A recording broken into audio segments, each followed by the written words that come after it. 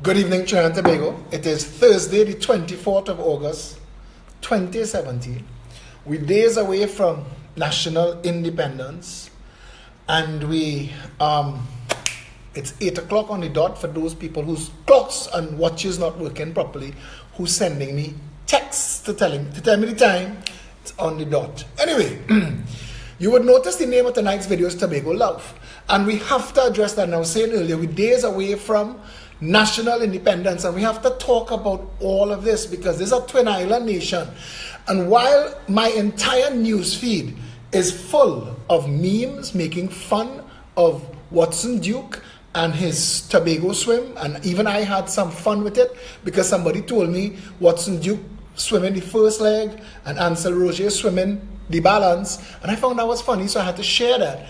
But we have to come back to the reality that Tobago is actually 57,000 people under some serious pressure with this issue surrounding the ferry and the cargo, because remember, we're islands. Trinidad and Tobago are islands. If you were to walk into a grocery and see things running out on the shelves and know that the warehouses that supply those groceries, things have run out in their warehouses because no ships are coming in bringing new stuff, it would wake you up to the reality of the plight facing the people of Tobago tonight. And that is food and medicine and building materials and all of the other important things that go to make a life. And it is unfair that governmental incompetence and what is starting to look like rotted and diseased corruption could bring an entire section of our national family to their knees. And we, the people of Trinidad and Tobago, we have to jump in here. We have to add our voices. So call them out, share the video, let them know we live. We're getting into this. We have 4 interviews, and we're going to get information from the ground. That perspective is what we need to know. Call them out.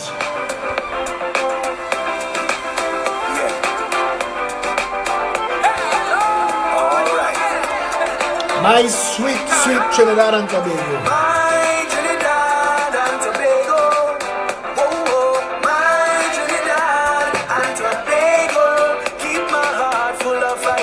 So bright, dedicated to everything. Share it on every page, on every group, everything you have access to. Call them out. Let's get the conversation going. It's one heart, one soul, so brave, so bold. We building stronger, together, climbing higher, and we reaching further.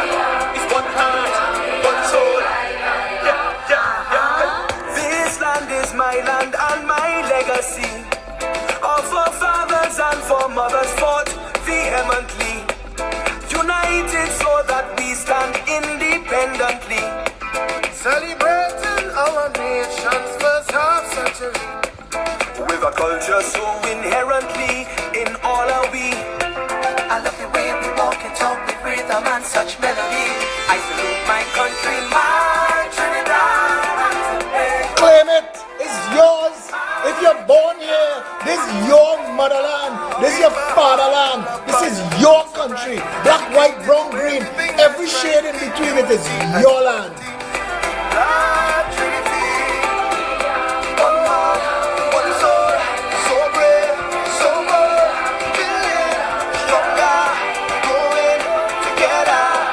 One people, one flag, many shades of beauty.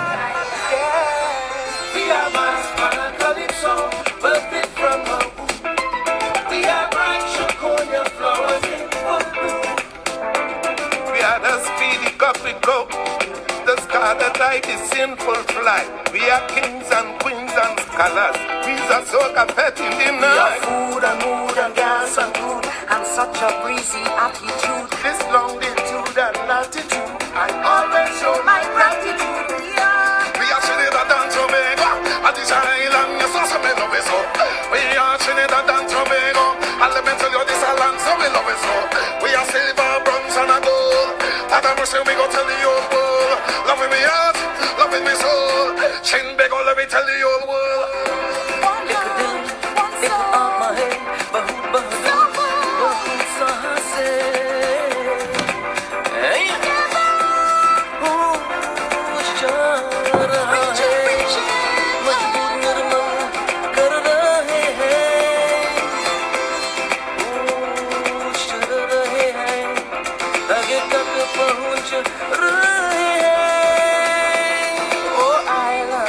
island, here in the sea. Let us deep swimming in oceans of integrity, aspiring and achieving with real unity, believing and nurturing that philosophy. And though we're not free of controversy, I always need you close to me. I cherish our democracy and our history. Trinidad and Tobago. Claim it. When you see that red, white, and black, feel it inside. Remember where the ancestors come from, but this is your land. This is your land. White, black, brown, green, every shade in between. This is your Trinidad and Tobago, and you don't need nobody permission to say that. Walk this land proud. And tonight we standing up for our brothers and sisters in Tobago that under pressure from a reprehensible regime that has brought the stress. White and black, and there's no turning back. I see hope for the future. We must take it further. So much here to treasure, gifted beyond measure. Done such great things and continue to do much more. My Trinidad and Tobago, my Trinidad and Tobago. Keep my heart full of fire that burns so bright, dedicated to everything that's right. Keep unity and equality in large Trinity.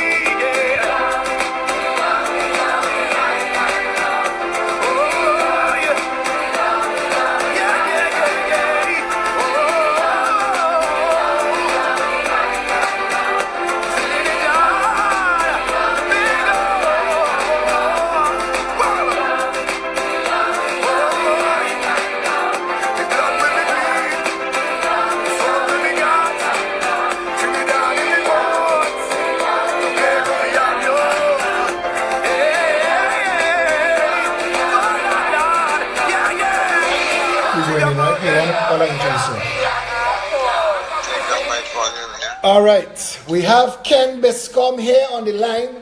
Ken is the Progressive Empowerment Party executive member in charge of constituency build-out. He is in charge of establishing all 41 constituency caretakers throughout Trinidad and Tobago, and he is based in Tobago. We take our sister island very, very seriously. 3 of our most senior members are Tobagonians, and every week is stress, especially for Ken, who has to come to attend meetings. We get calls from him sometimes on the port, and he said, well, boy, I didn't make it this time. Ken, you there? Yes, Philip, I'm right here. You're live, and Ken, tonight, I mean, the whole issue tonight is Tobago, boy. Tobago Love, like Tobago Love dead. What's going on? Tobago is in a very bad shape at the moment, and many people, for some reason, in the theatre doesn't seem to understand how it's affecting the daily lives of everyone.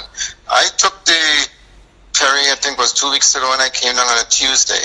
I was totally surprised to see how many Tobagonians come down in the morning.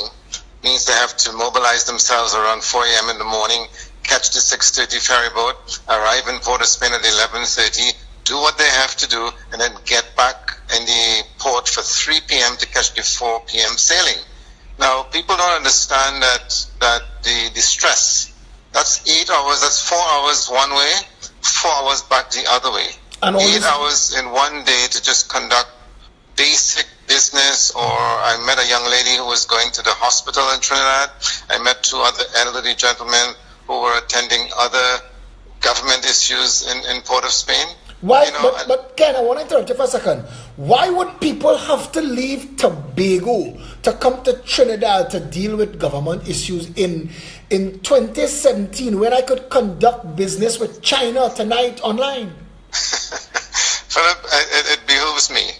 One elderly gentleman who was a retired individual was going to the finance building, and when he got there, he told me that he was told to come back because they didn't have all the documentation for him. Madness. Another gentleman came down for medical reasons, and a young lady came to the Eric Williams Medical Center to pick up a child of hers that was there for a few days. And I saw her get off the boat and get back on the 4 o'clock sailing again. Ken, You said about the stress of the 4 hours one way and the 4 hours the other way. Anybody who ever had to catch a bus would know the stress about just getting back to the bus stop on time, getting to the port to make sure that you're there, to get your seat on that boat. Because I've used that ferry enough times to know it's not the most orderly of boardings. No, absolutely not. Devil take behind most.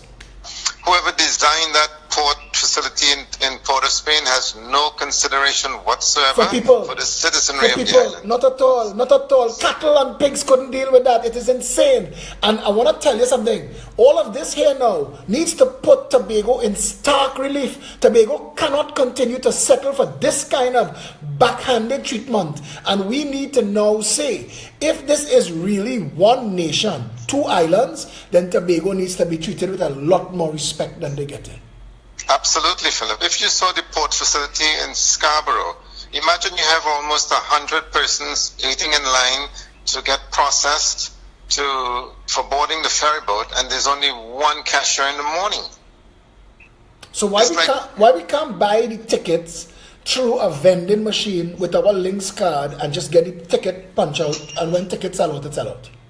For some reason, we seem to be averse to solving problems and finding better ways to doing things. So people just have to as I said, sit down and shut up. Take what they're given. Now we can't take that anymore. It's high time that those things change. I spoke to a businessman today. I'm hoping to get him on the phone because he's a Trinidadian businessman, but he's in Tobago every single day, or almost every day. And he says to me, he said, Philip, Tobago not voting PNM again. He said, right now Tobago incensed. Do you get that feeling on the ground? Yes, to a great degree, and I have another situation where there are some people who see this purely as in defense of the PNM. That's bullshit. It's absurd. It's absurd. You cannot reduce this to politics. This is people's lives we're talking about, and I have refused to allow this to be dragged in. Every time people tell me, "Oh, you vote for that," I tell them, "Karen, let's vote for that too." Stop the bullshit. Stop blaming people for a lack of choice. Tobago didn't have a choice. Who was Tobago going to vote into power? Exactly. So the people are taking a lot of abuse, a lot of suffering. The ground transportation situation in Tobago is also appalling. You'd be surprised. You go into Scarborough and there is a legal taxi stand and an illegal taxi stand, and you have no legitimate taxis in the legal taxi stand waiting to transport persons. So everyone now has to default back to the illegal taxi stand. There's no control, no policing, nothing in Scarborough. Ken, I want to ask you something, because the PEP, we on the ground, well, as you know, but to the listeners, every 2 weeks we have a public meeting. I think it is time we took the whole team over to Tobago for a weekend, and I think we need to go live and bring videos for 24 hours and let Trinidadians really see what Tobagonians putting up with. And I want to ask you, between you and Abby Smith and the rest of the team on the ground in Tobago, to start to organize, especially if we get there on a Friday, and we could have a Tobago West meeting on Friday and a Tobago East on Saturday. We could do that in the 2 constituencies. But I want to ask you this. I have a couple more calls to make, and if you could listen to what we discussed, I want to call you back for the wrap-up after. That's okay with you? Yes, of course. I'll be standing by. All right. Thanks a lot for that. Ken. Sure. That's Ken Biscom. Now, Ken is the chair of the Constituency Build-Out. It's a massive organization within the Progressive Empowerment Party. It touches finance, it touches membership, and it's part of everything. And what it is, because we are planning to have a public meeting in a big facility. We think we're going to go somewhere like Eddie Hart Grounds or Mid-Center Mall, or we might have to go into Woodford Square. Or even the Queen's Park Savannah, but we may go somewhere central. We will go and have a meeting and provide for everyone to see 41 constituency caretakers, executives, and the entire team of the Progressive Empowerment Party, because people talk about this party. Here we in 2 newspapers now, and one of them is Sunshine Newspapers. I know it's Jack Warner's story, but anything that bothering him had to be a good thing. So I hear they're attacking me now in the sunshine. No problem. Slow your roll though. Because we coming at all of this. And you see you all that letting the PNM and the UNC get away with nonsense. Them days done. The Progressive Empowerment Party is only 7 months old.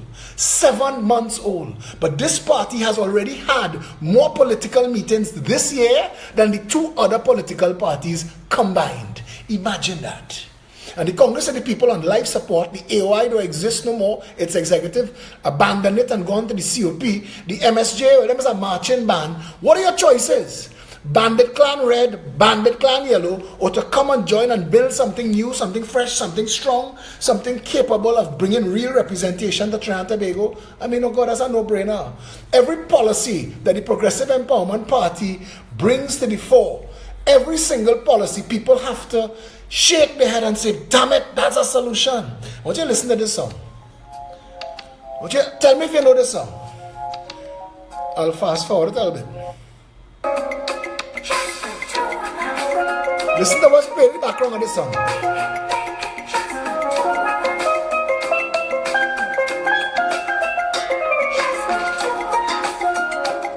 This song became a big hit.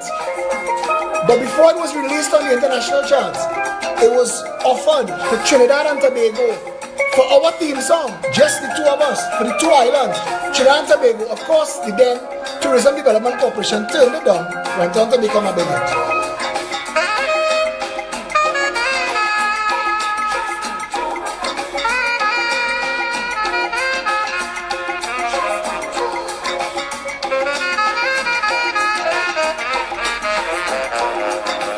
I'm making calls, right? Because these are my interviews.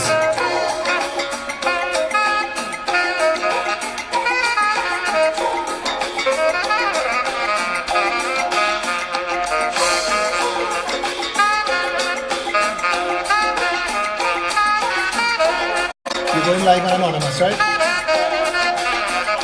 Yeah. Okay, couple minutes. All right. I'm going to pause this quick. Sorry for it being done so abrupt. Now, this is a businessman who does business between Trinidad and Tobago. He would rather remain anonymous for now because of, well, you know, the obvious things in Trinidad and Tobago. You don't want to tip your hand. He only has a couple minutes to give us. But my friend, you were giving me some information today about what the day-to-day life is like in Tobago since this ferry fiasco. And you've been doing business in Tobago for a long time. So bring us into some kind of perspective what the Tobagonians dealing with now. Philip, good evening everyone. Boy, we have been doing some work in Tobago since the year started. It has been very challenging logistically, trying to move across to Tobago, traversing from Tobago to Trinidad, equipment, people, things like that. And it has only gotten worse. And because of the collapse of the sea bridge, we now have increased demand on the air bridge. And obviously Caribbean Airlines can't seem to be, you know, they're not in a position to deal with it. So there's constant delays, flight cancellations, and they just can't cope with the demand. You know, one of the things that we notice as well, being on the ground in Tobago, is that there are a few, basically cost of living, food and grocery items in Tobago has been on a steady increase, and it has gotten worse with the collapse of the sea bridge. What kind of percentage difference you would say there is between basic living items in Trinidad as opposed to Tobago? I would say right now on average about 30 to 35%. A third more expensive. Started off at around 15 to 20. But you're saying that right now a steady increase since then. So you're saying to me that right now the average family's grocery bill could be up by a third because of the collapse of the sea bridge? Of course. Are there things that's scarce to get in Tobago? Well, that's the thing. That's the thing about it, Philip. And we have been up there and casual conversation with Tobagonians. Obviously, they would know their people, they would know their business. Casual conversations with Tobagonians and just being on the ground there and trying to understand what is happening. There doesn't seem to be a supply problem. There doesn't seem to be a supply problem, but there seems to be, or there are a few select Tobagonian businesses, wholesale and distribution companies, that are bent on profiting off of the collapse of the sea bridge. Would you say that certain people have advantages to get their goods, preferences? Because if some have and some don't, and then you're telling me about gouging and profiteering. Of course, there are companies in Tobago, before the departure of the Superfast Galatia in April, they have their trucks and they have their people that was coming down to Trinidad on a daily basis on the weeks leading up to the departure of the Galatia when it went back to Greece, buying items from the Trinidadians, the wholesalers, taking it back to Tobago and stockpiling it in anticipation of the collapse of the sea bridge, right? Whether they wanted to profit off of it or not, I can't answer that question, but it seems as though the answer is leaning towards that. Well, they saw an advantage. Because there doesn't seem to be a supply problem with items in Tobago. There's no supply problem whatsoever because things are readily available. But there has been a steady increase in the prices, and it only started happening after the collapse of the sea bridge in April. So from April to now, you have a huge percent increase. That would have been just an average, I give you an approximation, but you have a huge increase in prices between then and now. Profiteering. And like I say, normally, you would find that there's a correlation between supply and increase in price or decrease in price. There doesn't seem to be a correlation with that in this instance because there doesn't seem to be a supply problem. Well, you see, you're saying that, but I want to ask you this. You may be referring to items on the shelf. I don't know how deep you're going into the supply chain to see if it's affecting medicines, construction material. I don't know what amount of business. It has affected every single thing in Tobago because everything in Tobago comes from Trinidad. It has affected medicine, food, grocery, construction, and services as well. Because you have people offering services, professional services, coming across from Trinidad, trying to get to Tobago in anticipation of problems with flights, cancellations with flights, the ferry just not working. It is a total disaster on the sea bridge, right? So you have an increase in every single thing. Because you can't make an appointment. That is happening in Tobago. You can't make an appointment in Tobago today for today and then find yourself on the port and you get on the boat and the boat pull away from the dock and then they have to come back and people have to come off. Philip, you can't get a plane ticket to go to Tobago for next week Friday if you book now. Wow. When last have you tried on I wouldn't try. I mean, to get a ticket to go to Tobago? That we keep apologizing to the people of Tobago because we want to bring the whole executive across. We want to come across as a big team, but we don't know how exactly to do that unless we book some kind of private plane. Logistically, that is going to be very challenging. I am telling you. If you go on Caribbean Airlines website now and you try to get a ticket to go to Tobago next week Friday or even the following week, it's almost impossible. Wow. You're getting a red error message on the website. Wow. And right? and you don't think that something could have been done to increase flights, to maybe charter a plane? I mean, a caring government would have brought in maybe a cargo plane. And I want to tell Trinidad and Tobago this. During the at the end of the World War II, when Berlin, the city of Berlin, was isolated inside of East Germany, you couldn't drive because it would have been an act of war. There was something, and you could Google this, called the Berlin Airlift, where a plane took off and landed every hour, on the hour, and brought even water to Berlin. You ever heard about that? We in Trinidad, we have our people in Tobago stranded and suffering. You could imagine if you need an emergency intervention surgery that you can't get in Tobago, how you get into Trinidad? It almost seems as though the whole situation has been orchestrated for certain people to benefit and profit off of it. Do you think this is the view of the layman in Tobago. Do you think this is cutting track to justify, but besides the corruption on the port and the corruption with the ferry service, do you think that this is somehow connected to the sandals scandal? You think they're trying to shut down authentic, genuine, small Tobago business and open up the island to sandals? Well, it has been happening. It has been happening. I know many businesses in Tobago that has gone under last couple of months. I know a lot of people there struggling right now disgusting. Because they can't get business. I mean, that's disgusting. Tourism in Tobago is not dependent on Europe and Germany and the UK. Tourism in Tobago is dependent on Trinidad.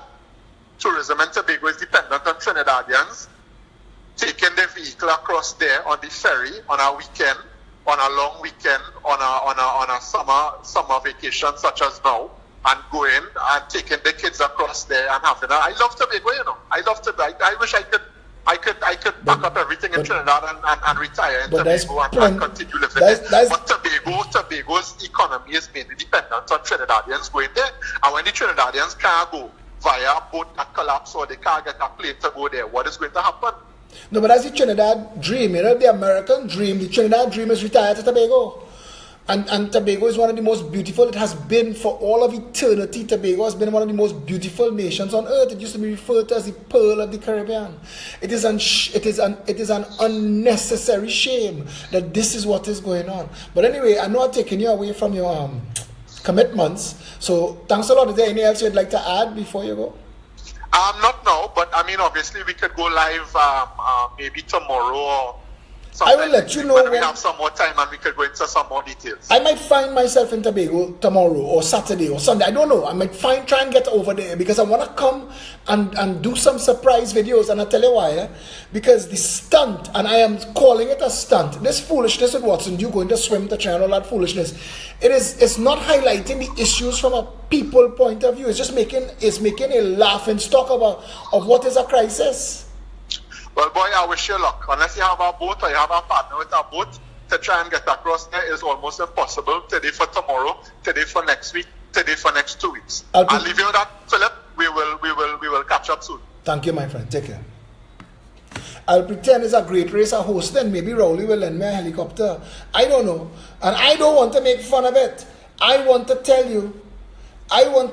you that this that is happening to Tobago is a crime against the people of Tobago. And the people of Trinidad have a responsibility to stand with the people of Tobago. We have a responsibility. This can't continue. This can't continue.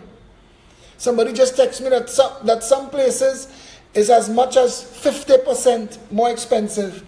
It is insane. I'm trying to get somebody here. I want to get him to call in. Because I can't get through to him. And I'm hoping that he sees this and he calls in. And while I'm waiting on him, because I just sent him a WhatsApp message, here it is.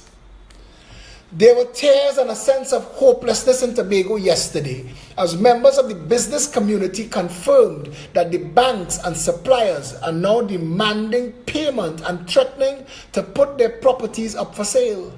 Owner of the Enchanted Waters Hotel and Casino on Chevron Road, Boko, 94-year-old Ken Patino, admitted to the TNT Guardian that the business he and his 79-year-old wife and their son own and operate was facing such a consequence. He said they were in arrears because of the decline in business due to the drop in tourism business and the lack of promotion of the island over the past few years. These problems, he said, had been compounded by the air and sea bridge issues in the past year.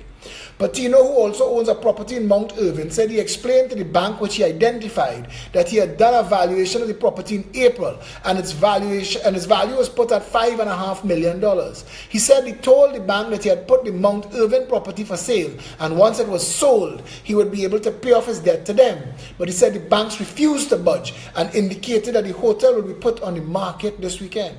Patino said we are struggling along with other businesses in Tobago trying to make ends meet. He said he found it ironic that immediately after the Prime Minister met with stakeholders, banks calling for their money and advertising properties for sale. This is adding stress to our problems. The elderly businessman said he will not lie down and play dead. I told the bank I want to pay the debt. We work 24/7. We will never surrender. And I want to tell you something. That is a Tobagonian attitude, you know. That is a Tobagonian attitude. Though 94 years old, don't watch him slide. Because Tobagonian people stand, before there was a Trinidad, there was a Tobago. The world knew of Tobago and Tobago cocoa hundreds of years before there was ever a Trinidad.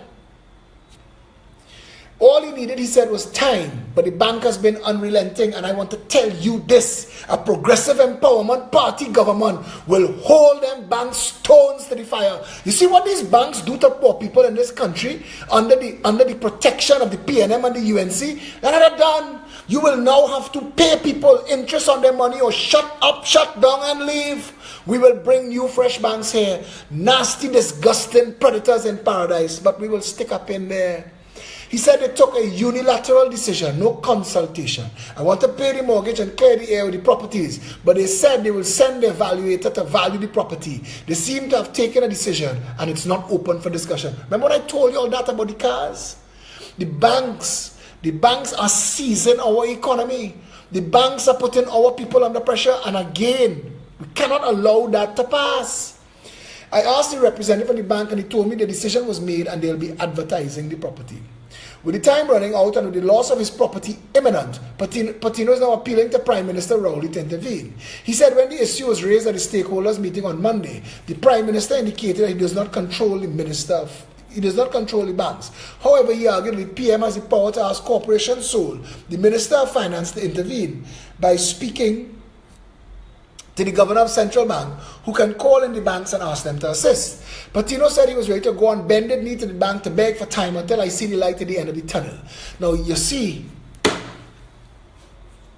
today's Thursday.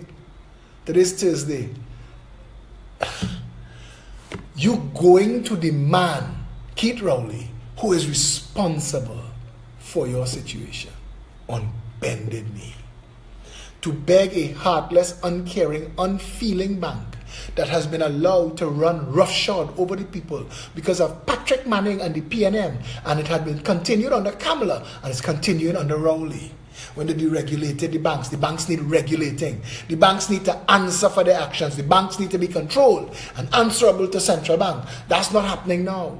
So this gentleman, and he is the one that make the news, but I have been told that many have just gone under. I saw there was a cruise, a tour guide company that was well known in Tobago, a banana boat or something, and they were like 25 years in business. They're gone. They're gone. They can't make it. They can't survive. It's insane.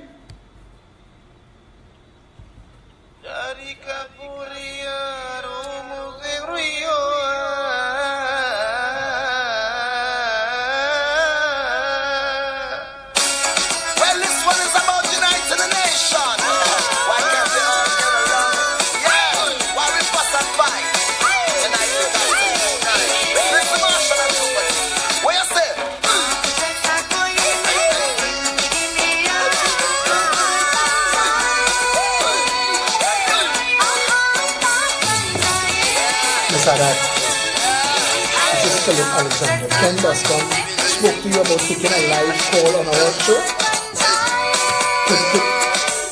Right, so you mind doing it now?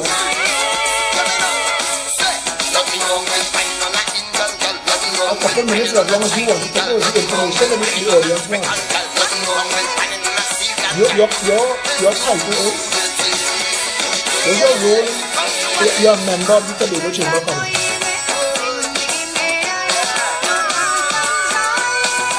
Right, hold 1 second. I have Diane Haddad here on the phone live. She is the chairman of the Inter-Island Ferry Company. Is that correct, Ms. Haddad? Hold on 1 second. Sorry, I forgot to put you on line. Inter-Island, sorry? Inter-Island Transport Committee of the Tobago Division. And you are a member of the Chamber of Commerce, the Tobago Chamber of Commerce? This is a division of the Trinidad and Tobago Chamber of Industry and Commerce. Yes, and I'm also a member, of course. Well, right, what we've been discussing, I know you were driving and you pulled over to take this call. Yes, that's correct. What we've been discussing is the situation and the realities on the ground in Tobago now. And from a business point of view, because I was just reading the article about Patino and his business that was in the Guardian yesterday. What could you tell us to shed some light? Because Trinidadians don't seem to really have an understanding of what Tobagonians dealing with during this situation. Well, this situation has only been magnifying what we've been going through for a couple of years there. But let me deal with the now. I know that a lot of Trinidadians do not know about the Land License Act, which was implemented a number of years ago, which we were fighting, where foreigners cannot buy land in Tobago until they get a license to do so. And this is not the same for Trinidad. This is the Alien Landholding Act? The Alien Landholding Act actually covered it, but no, this is a separate issue that is done for Tobago only. Right. Quite contrary, but it was asked for by the Orville London administration, and it was granted by Mr. Manning's administration, I understand, under much, not in agreement with, but Mr. Manning complied. But how did the Tobagonian people, rank and file, feel about that? Well, I don't know. I don't know what is rank and file. No, but anybody did any kind of referendum? Was it put a vote? Were the Tobagonian people consulted? No. This was something presented by the THA. And what that did was affect your foreign direct investment. Absolutely. And whilst we were trying to treat with it, because there was this declaration that the foreigners were buying up all the lands and all of this nonsense, when the truth came out, foreigners had owned less than 2% of land in Tobago for properties. And this was sold to the people.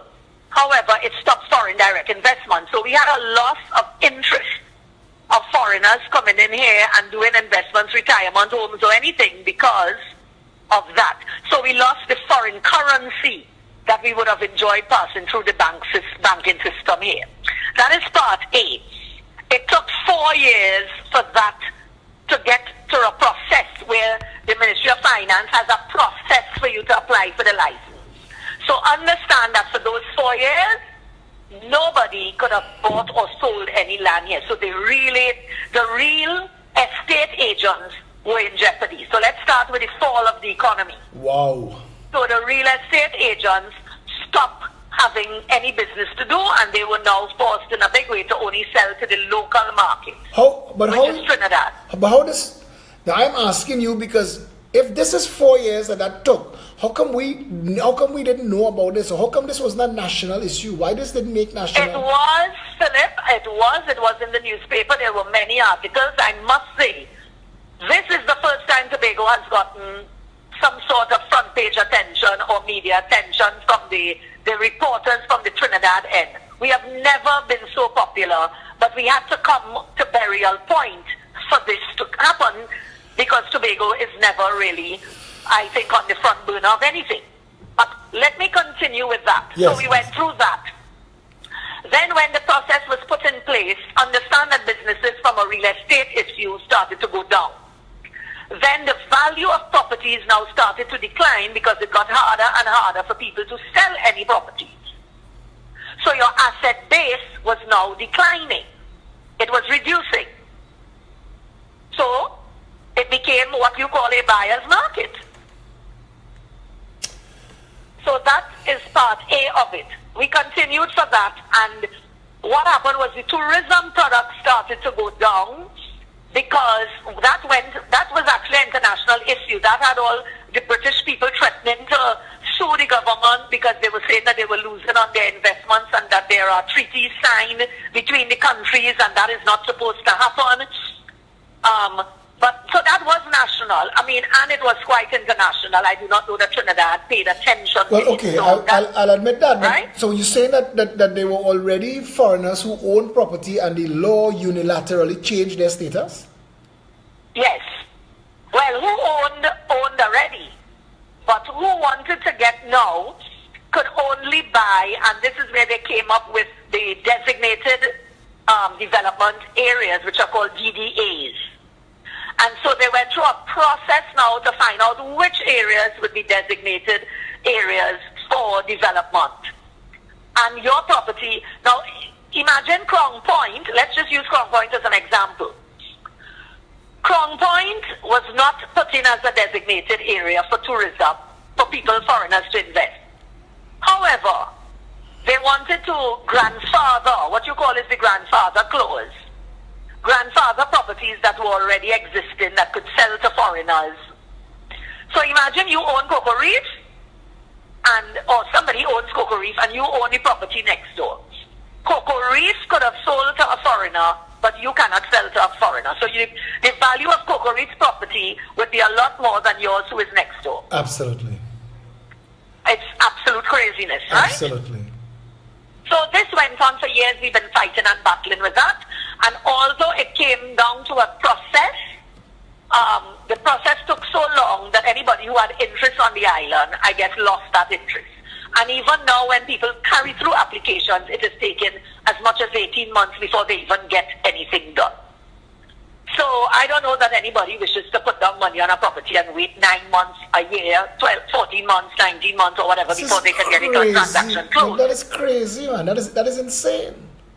So we have, let's call it a loss of interest on the island. That's number one. So this was the... Then we went through our tourism fallout. You had the global tourism downturn, and then, of course, we ended up as part of that calamity. And then we had the crime that we had a lot of murders of foreigners, and we had attacks on foreigners. I don't think I need to go through that in the crime aspect. We must remember those. Yes. We would have been front of the papers for those issues. Yes. And so there were advisories that were sent out saying, don't come to Tobago, the crime is high. So we were put on alert by international countries. And therefore, we lost tourism. In losing tourism now, what you had was we had a number of restaurants, let's say on the island, who would have done gourmet dinners, you know, the high-end restaurants kind of thing, that did these a la carte menus and not just fast food. A number of them started to feel the effects of that because we were no longer attracting the type of tourists that go out and eat in the night and so. So we've had a closure of a number of restaurants. Right? Mm-hmm. Failures. And this is people who were doing well before. So that was the next spin-off of the economy. Some of these people went back after a couple of years, worked for people or whatever, saved back and tried again. And they failed again in about 2 years' time because the economy just never picked up. Why? We then had to, because the THA now was doing absolutely nothing on this side in terms of the tourism aspect and getting things done on the island, to develop it, to encourage the direct flights, to fight for the airport upgrade, to ensure that Caribbean Airlines can give us a proper service to move people over effectively and efficiently when they come from an international flight. Nothing was done to ensure that the seaport was able to have the boats moving, you know, flowing through and through to... But we had already lost the attention of the international tourists. They weren't interested in us anymore. And we had now converted and turned our attention to our 1 million plus people in Trinidad that we will now divert and go into the local tourism. That we were doing. So what is extremely important to Tobago would have been long weekends, the carnival, the Easter, jazz, any events, July, August, you know, Christmas vacation, New Year's night, into that thing. The whole concept of staycation, the whole concept of staying in Trinidad and Tobago to have your vacation, right? Yeah, yes, we were very much heading in that direction now because that's where our income would have come from. So we went now to local tourism. So we lost the access to foreign currency in a big way, and now we gone to local tourism. And we could not move our local Trinidadians over to Tobago to enjoy these weekends and whatever efficiently. That has to have an extremely great working sea bridge and air bridge. And that is not the case. Well, that has not been the case for a while, but it was doing okay. And in the last, I want to say, year and a half to 2 years, it has just been seriously deteriorating. And in the last year, well, God help us, because it was somebody put the nails and started to pound them in the coffin.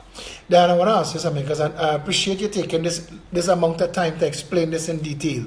But there's the specter and the shadow of sandals looming over Tobago and everything that came with that. And do you see this as part of that, any kind of conspiracy or any plan to hand Tobago over to a development like that? And because I don't understand why these... Well, I would hate to think so, Philip. But let me say that the way I hear things on and on in Trinidad and Tobago, it's more confusing by the minute. And the conspiracy theories seem to be almost reality now in terms of they actually turn out to be so true at times. Now, let us just look at the Patino property because I just drove past there. And it's only, you're saying that today, but somebody actually told me, sorry, you're saying that now, but somebody actually told me earlier today, do you know that that's the opposite of where Sandals' entrance is going to be? Wow. And now I said, look at that. And they said, yes, that's the entrance to the Buku estate is coming right out there. Dan, I said... No, go ahead, sorry, go ahead. Yeah, and I said, look, don't go there, please. I don't even want to think it. Dan doesn't say the truth is, Philip, why I want to say that is Patino is not the only person suffering. The occupancy levels are very poor on the island. And people generally, in the last 2-3 years, anybody who had a little cash flow helped lend somebody some money to pay their light bills. People were helping each other, lend, borrow, can't pay back. All sorts of stories, I could give you stories. Tobago life, but I know stories of Tobago life. Tobagonians swim together. So I know nobody letting anybody sink alone. But the question what happened is as time went on, it started to get bad for everybody, so that the sector now, which is the movement of people, the consumption, the people who come and eat and drink and lime, what happened is the restaurateurs started to feel it more, so the buy a box of food and go people is who started to come, and therefore the restaurants fell down, the guest houses started to get more business because the hotels are now falling down. Because what we really need is a cross-section of clients. A diverse clientele, right? Exactly. And so a number of fast food places started to open up. People would have been doing okay. Those people, that is. But the other people at the different levels were just falling apart. And even people who adjusted were suffering as well.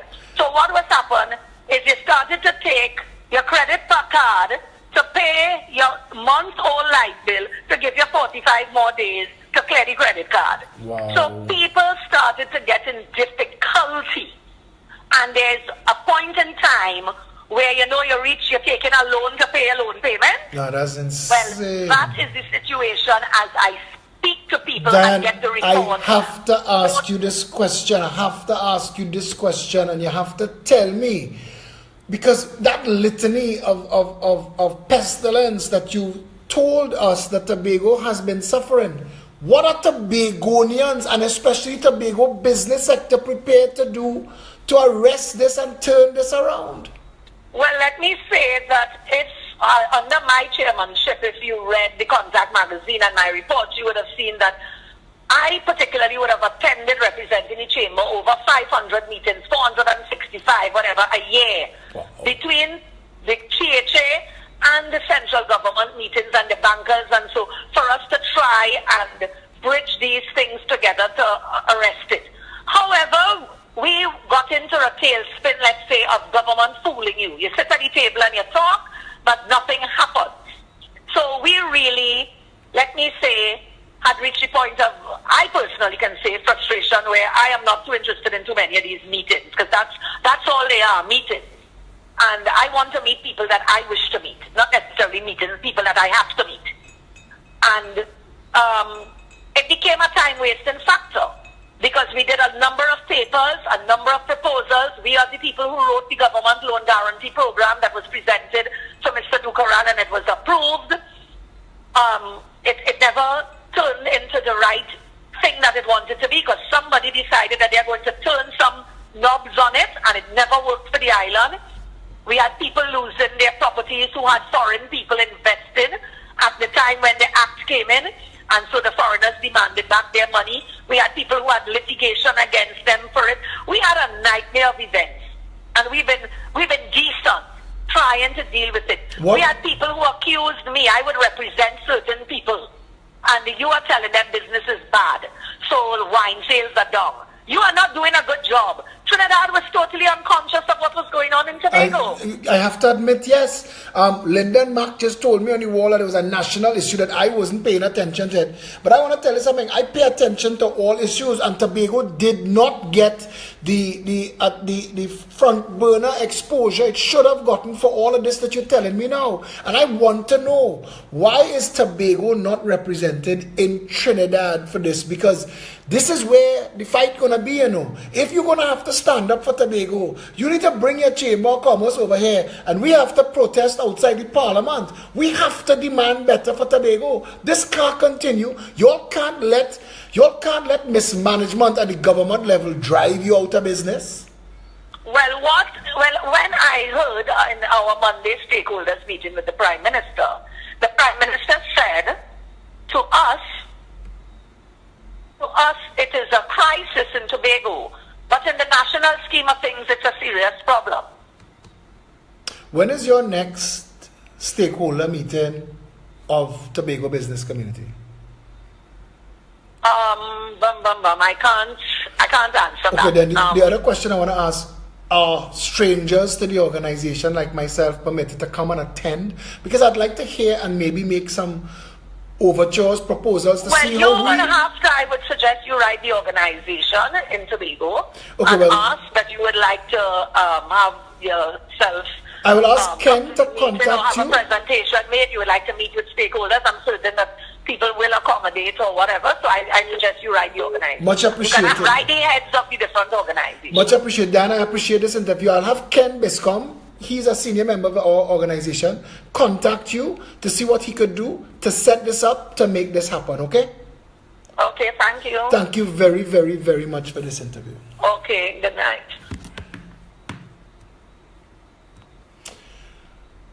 How to add to that? How to add? You just heard the systematic destruction of the entire tourism sector in Tobago. That's what you heard. You just heard that these people have been put against the wall. And now the banks are applying the coup de grace. Who survived? Last blow. This is a nasty Game of Thrones. This is disgusting.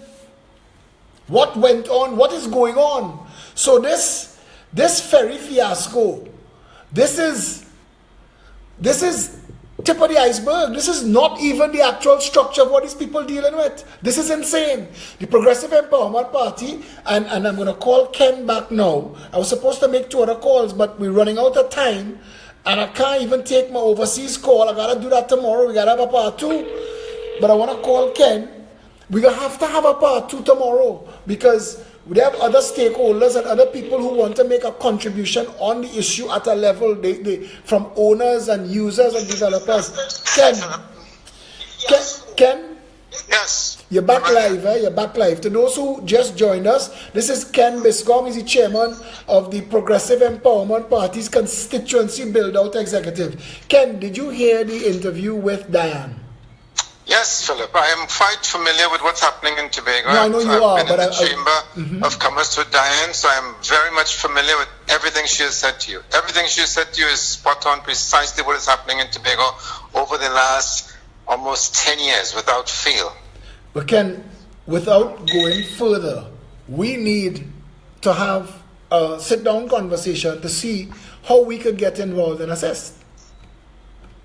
True, Philip. We have to make a lot of noise because we have a government sitting in Tobago that seems to be oblivious to the suffering of the many people in the private sector who are losing their business on a daily basis. I mean, look at the situation with Mr. Patino. He's 94 years old, built that establishment with his hands. I knew when the man first came to Tobago with his wife and his son. Now he's faced on losing it and being put on the street. This is not nice. Ken, could you hold 1 second for me, or could I call you back? I want to take this call here. Sure, you can call me back. Hello, good evening, you're live. Good day. Is this Philip Alexander? Speaking. Okay, yeah, this is me, Charlie. No, you're trying to get a hold of me. Chalana, you're hearing me clearly? I can hear you loud and clear. Are you hearing me clearly? Yes, but in case you're listening to me on a device and not the phone, listen to me on the phone because there's a delay. Yeah, I'm not listening to you on anything. I'm just speaking to you straight. Well, we have a delay. Where are you based? I'm based in Atlanta, Georgia now, but I'm a Tobagonian, and I do come home as often as I can. You are one of the and I strongest. have a lot on the fund. You are one of the strongest voices for Tobago. You've been raising issues unrelentingly in the social media space, and I wanted to ask you if you could take a couple minutes and just give Trinidadian an idea as to what is really taking place with all of this. Okay, just hold on no more than 5 seconds. Let me get off my earpiece so I can speak directly to my phone. So you may be able to hear me more clear, okay? Sure. All right.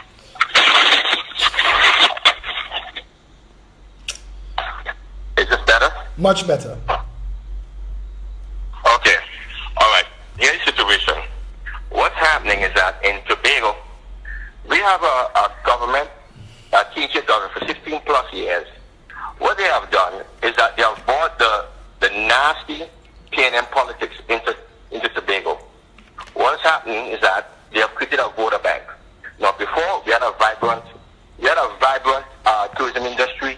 Our economy was starting to diversify prior to the P&M coming to power. When they came into power, they realized that they had to hold on to power. So what they did is that they started hiring more and more and more people. They were taking them from the private sector and into the government sector. So what happened is that you have an unusual amount of people being employed by the THA. 70%.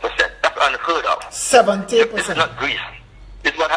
Go ahead. 70%, you say? So, yes, 70%. 70%. And don't forget now, you're gonna have that trickle down effect. So therefore, if you have 70% of the working adult population being employed by the THA, all the other spin-off industries and so on will rely on them getting paid allegedly on time in order for them to thrive.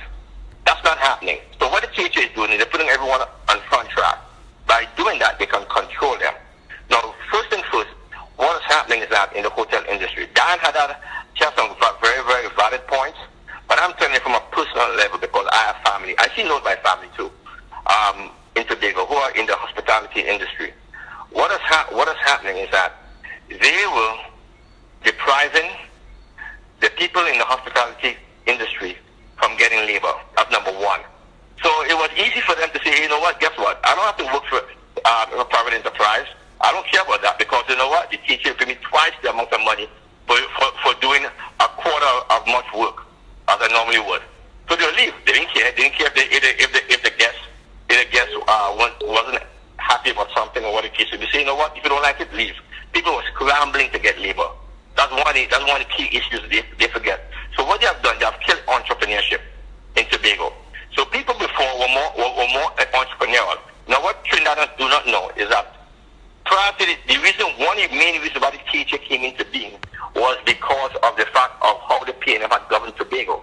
Tobago was always being, Tobago to them was the Trinidadians. Don't take anything personal. I'm just letting you know what's going on. They were treated Tobago as if it's some kind of a playground or a paradise or something like that. So what the PNM came that they deliberately did not invest in Tobago. We used to work side by side and not one behind the other. They never did it. They didn't care. Everyone else didn't care. Why do you think Macandal Daga, he's a Tobagonian. He was a Tobagonian. Right? People don't know that. Why do you think he fought for the banks in 1970 and everything and were agitating for a lot of stuff? Because what happens is that if you're black, you can work in a bank. Right? This was the kind of situation we were having there. But besides that, what happened was that in Tobago, Tobago was like a playground. And that's what was going on in Tobago. So Tobago has always been deprived. So So we had a system in Tobago called lend hand. And what the lend hand system was, is that we would help each other. Like, okay, you want to build a house? You want to build a house? I'll help you build your house. But when it's my turn, you come back and help me. And that's what we did because money was not circulating in Tobago. Money started to really circulate in Tobago when we had the THA. That's why the THA came into power. Was for fight. We've always been fighting for for equal rights all the time. There's always an ongoing situation. I know. Look at it. 2017, and we're still doing the same thing. Nothing has ever changed. But like I said, back to the thing and bandit politics. So what happened is that they came into power and they decided, you know what? We have to stay in power. How do we do it? Well, the Tobagoans will swing back and forth for voting. So what they will do, they'll hire more people. And when they hire more people, they say, you know what? If you guys don't vote for me, guess what? Or if you think that you oppose me, that's when the victimization comes in. So what they'll do, they'll victimize you, they'll victimize your family, and everything like that. So you have to toe the line. So why people are not saying anything in Tobago? Because of the fact that they're afraid of losing their jobs. And it's as simple as that. And Trinidaders do not understand exactly what is actually going on in Tobago. 16 plus years, $40 billion in Tobago, and over $1 billion is missing. Are you aware of that? Are you aware of that? Over $1 billion missing, you say? Is missing. I was told that the general report. I was told that 5 years of audit that for over 5 years audited accounts outstanding. Right. Listen, I think it was I might be wrong. 2008. I might be wrong. I'll double check my figure, but don't hold me to the year. 1 year, the Auditor General had tried or made an attempt to audit it, and what happened was that in one account, $20.4 million was missing.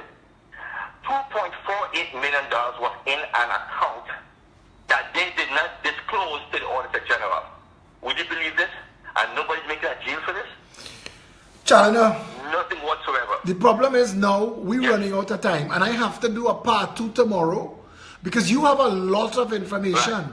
And what I want you to give me some talking points as a private message. So tomorrow when we get back into this, because we're not taking this anymore, we're going to go to Tobago. I'm talking to Ken right now to set up a meeting with the Tobago Chamber of Commerce. We're going to go and talk to the hoteliers, whatever associations they have, and we're going to have a public meeting in Tobago. This is unacceptable, and it is time we, the people of Trinidad and Tobago, stood together over this, and we have to use the courts, and we have to use whatever legal and political means are at our disposal to bring an end to all of this that is going on. So I am trusting you to be, because you have an abundance of information. Yeah, continue.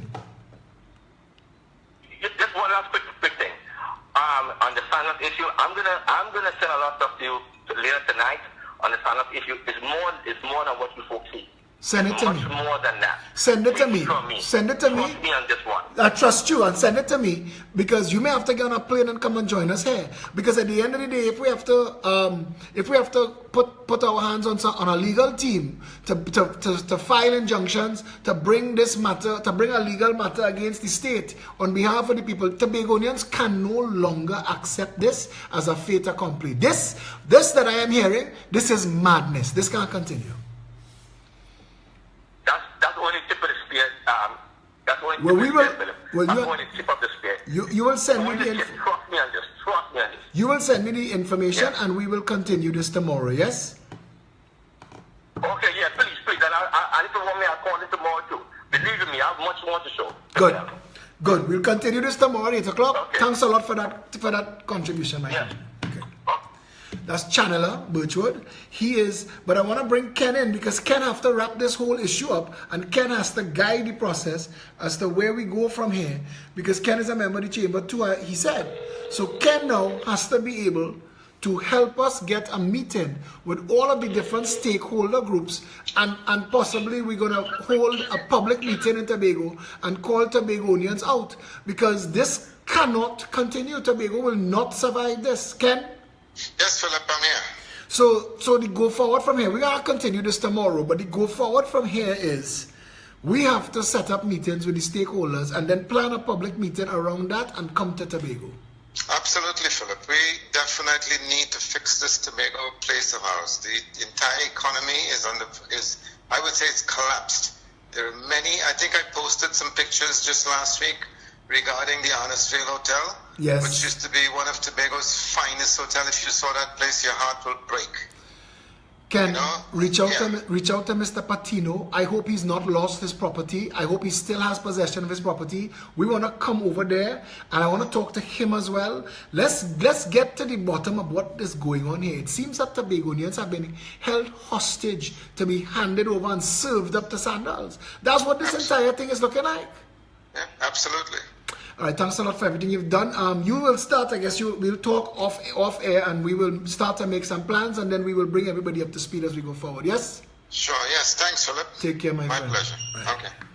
As Ken Bescom, he's the chair of the constituency build-out team of the Progressive Empowerment Party. I mean, we call tonight Tobago Love, but this is Tobago hate. This is Tobago hate. That is not fair. What we heard tonight, that's insane. And if what Mr. Patino is saying, we will take up a collection and help that man pay his bill. This is insane. We cannot let that happen. He must be able to stand as a citizen of this country and know that his brothers and sisters stand with him. We will buy shares in Patino Hotel if we have to. Sandals cannot come to Trinidad and Tobago and throw down our people. Not allowed. That cannot be allowed. Our destiny.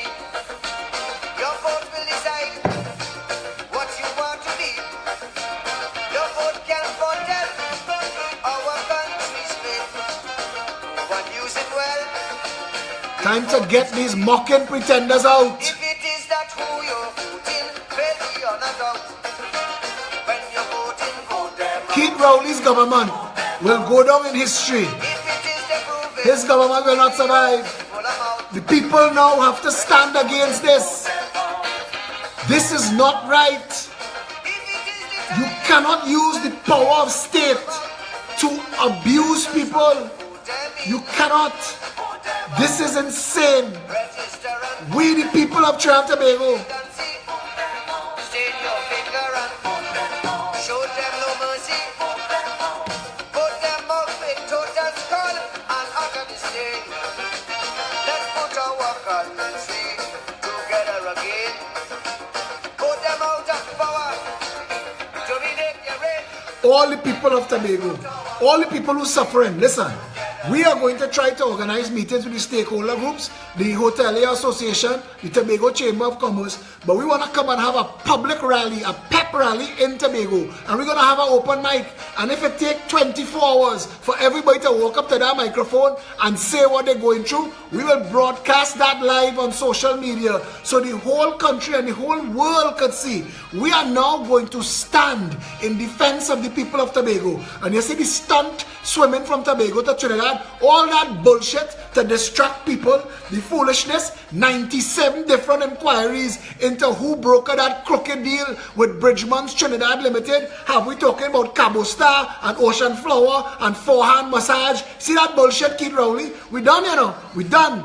Your government will go down in history as a government that did not survive the first 2 years in office. We, the people of Trinidad and Tobago, we are fed up now. This is a government of pure unmitigated bullshit. This is abuse, high-class banditry and corruption. And we, the people of Trinidad and Tobago, are going to stand together and vote your ass out of office. It is time to fire Stuart Young, Faris Al-Rawi, Rohan Sinanan. I was to tell you tonight, congratulations to the 5th Minister of Public Utilities since September 2015. They're on their 5th. You don't even have to know his name. You can't remember the last 4. This government has failed. It is collapsed. It is a bandit clan. It is a front for a small Syrian cabal and a bunch of corrupt businessmen. And it is time Trinidad and Tobago got involved. Stop being afraid of the offices of state that are being used against the people. It is 1.3 million of us, and the Constitution of the Republic says the people have rights. We have rights. We are going to be in Point 14 this Saturday. Come and meet us. We're in Stanmore Avenue at 3 o'clock, and we're going down there in a caravan to stop at South Park for 4 and then to Point 14. We have to rescue this nation. This is not just politics. This is people standing in the gap for our country. Trinidad and Tobago is under siege by a rapacious and marauding 1%, led by a corrupt bankster class. We, the people of Trinidad and Tobago, have a responsibility to our future and to what we leave into our Trinidad, our children, because we have two choices here. We either rescue and save this country or pack up and leave. Tobagonians are being reduced to a slave class. Work for sandals.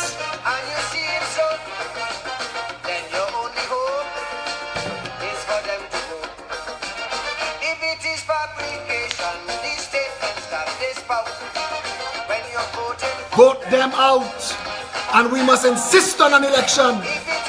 It is our right. If we have to sue to the Privy Council to get representation in our own parliament, we will go. We insist on an election. You cannot continue. Cannot.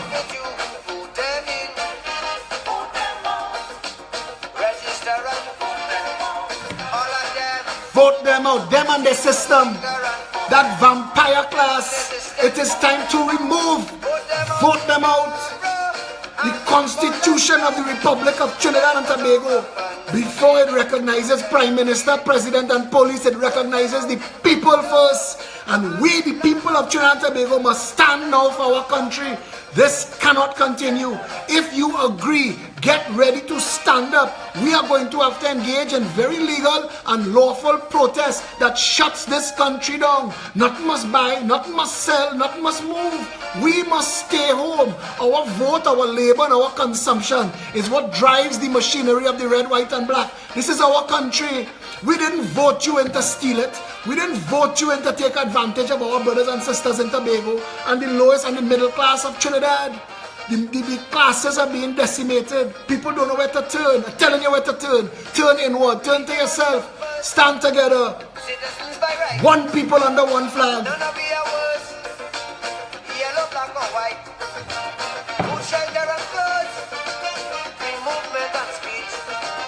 A garden that grows and one law for each. If it is that injustice is what they always show when you're voting. If you ever wanted to say that you are a Trinidadian or a Tobagonian, now is the time. Now is the time.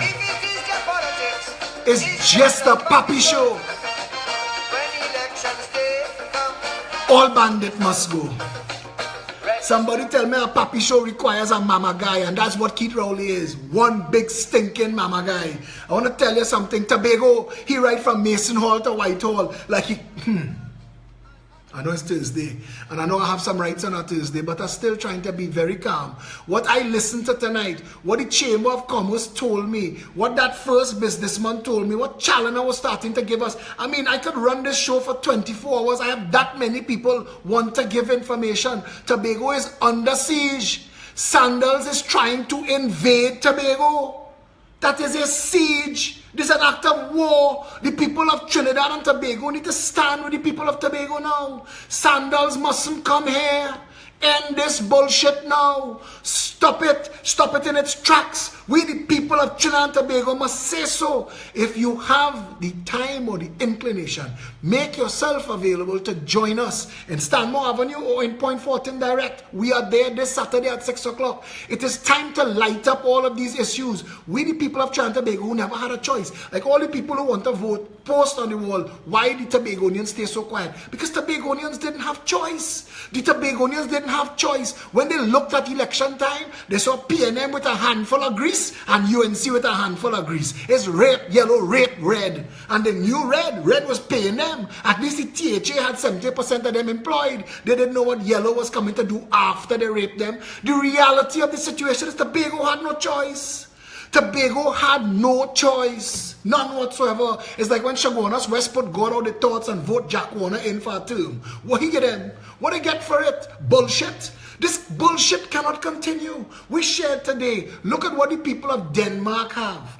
The people of Denmark have the happiest country in the world. Why? Look at it. Free childcare, free healthcare, free university, a $20 minimum wage and a 33-hour work week. And for that, they can afford to own their home and raise their family, pay their taxes and live well. And their healthcare is not the bullshit healthcare we have here. First world, professional, respectful, treat you with dignity. Their education, all their children, Finland, Denmark, Sweden, highest standards of education in the world.